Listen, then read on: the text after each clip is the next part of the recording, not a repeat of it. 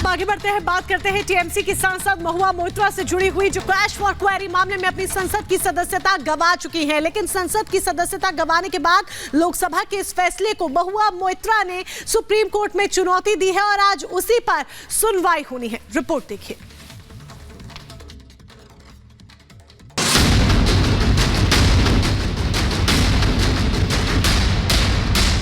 महुआ पर सुप्रीम सुनवाई। Cash for query में गई सांसदी। 8 दिसंबर का दिन महुआ मोइत्रा के लिए काला दिन रहा, क्योंकि इसी दिन महुआ की सांसदी चली गई थी। कैश फॉर क्वेरी मामले में टीएमसी नेता महुआ मोइत्रा की 8 दिसंबर को सांसदी चली गई थी। इस मामले में महुआ ने 11 दिसंबर को सुप्रीम कोर्ट में याचिका लगाई थी। महुआ ने अपनी याचिका में मेंशन किया कि उनकी संसद सदस्यता गैर कानूनी तरीके से रद्द की गई है। दरअसल महुआ मोइत्रा पर पैसे लेकर संसद में सवाल पूछने का आरोप लगे हैं। महुआ मोइत्रा को व्यवसायी दर्शन हीरानंदानी ने 2 करोड़ रुपए दिए। अडानी और पीएम को निशाना बनाने के लिए दिए गए 2 करोड़ इंटरनेशनल मीडिया में निशाना बनाने के लिए महुआ को रकम दी गई। जुलाई 2019 में दर्शन हीरानंदानी के पीए ने पहुंचाया था डोजियर। महुआ के घर अडानी के खिलाफ डोजियर पहुंचाया गया। महुआ के आरोप की झलक हिंडनबर्ग रिपोर्ट में भी दिखाई दी। बताया जा रहा है कि energy infra contract Hiranandani group हार गया था। हीरानंदानी ने 2019 में महुआ को चुनाव लड़ने के लिए 75 लाख रुपए दिए थे। दर्शन हीरानंदानी ने महुआ को महंगे आईफोन भी दिए। जिस दिन एथिक्स कमेटी ने महुआ मोइत्रा की संसद सदस्यता रद्द करने की सिफारिश की थी, लोकसभा में उसी दिन प्रस्ताव पास होने के साथ महुआ मोइत्रा की संसद सदस्यता चली गई थी। हालांकि इस मामले में विपक्ष का आरोप है कि संसद में महुआ को बोलने तक मौका नहीं दिया गया, जिससे वो अपनी बात नहीं रख पाई थी।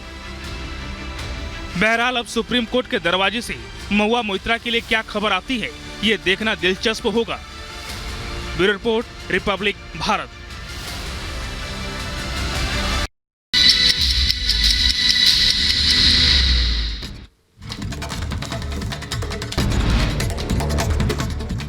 लेबनान इजरायल सीमा क्षेत्र में इजरायली ठिकानों पर दागे जा रहे रॉकेट आतंकी संगठन हिजबुल्लाह ने जारी किया वीडियो। इजरायली सेना ने वीडियो जारी कर दिया विशेष संदेश, कहा पूछताछ के लिए गाजा में दर्जनों आतंकी गुर्गों को पकड़ा जा रहा है। फिलिस्तीनियों तक लगातार पहुंचाई जा रही मानवीय सहायता। बीते गुरुवार को गाजा पहुंचा सहायता ट्रक, लोगों तक पहुंचाई जा रही राहत सामग्री। जंग के बीच हमास नेता इस्माइल हानिया का बड़ा बयान, कहा समूह लड़ाई रोकने के लिए तैयार। साथ ही संघर्ष विराम के लिए संयुक्त राष्ट्र महासभा को मतदान का स्वागत किया है। राफा में इजरायली सेना ने हमला बोला, हमले में मारे गए 27 फिलिस्तीनी, शवों के पास इकट्ठा हुए परिजन। बीते गुरुवार को राफा में इजरायली सेना ने हमला बोला, हमले में 3 फिलिस्तीनियों के मारे जाने की खबर, वहीं कई लोग गंभीर रूप से हुए घायल। जंग के बीच फिलिस्तीनी प्रधानमंत्री का बड़ा बयान, कहा बाइडेन सरकार को इजरायल पर दबाव बनाने की दिशा में काम करना होगा। इराक में अमेरिका और ईरान समर्थित समूहों के बीच बढ़ा विवाद, मुश्किल में इराक की सरकार, एक राजनीतिक विश्लेषक ने साझा की जानकारी। बगदाद में अमेरिकी दूतावास परिसर में हुए हमले मामले में एक्शन हुआ तेज। इसकी सेना ने कई संदिग्धों को गिरफ्तार किया है। न्याय की तलाश, बाकियों की तलाश लगातार जारी है। शुरुआत में हमला हुआ था इस महीने की शुरुआत में। यूक्रेन की राजधानी कीव में सड़कों पर उतरे लोग देश के सशस्त्र बलों के लिए अधिक समर्थन की मांग की है। यूक्रेन संघर्ष और गाजा में जारी युद्ध को लेकर रूसी राष्ट्रपति पुतिन ने प्रतिक्रिया दी है। बोले हैं यूक्रेन संघर्ष की तुलना में गाजा की घटनाओं से नहीं की जा सकती है। केन्या में बाढ़ का कहर, सेना ने बाढ़ में फंसे सैकड़ों लोगों को बचाने का प्रयास किया। बाढ़ के कारण अब तक 150 से ज्यादा लोगों की मौत।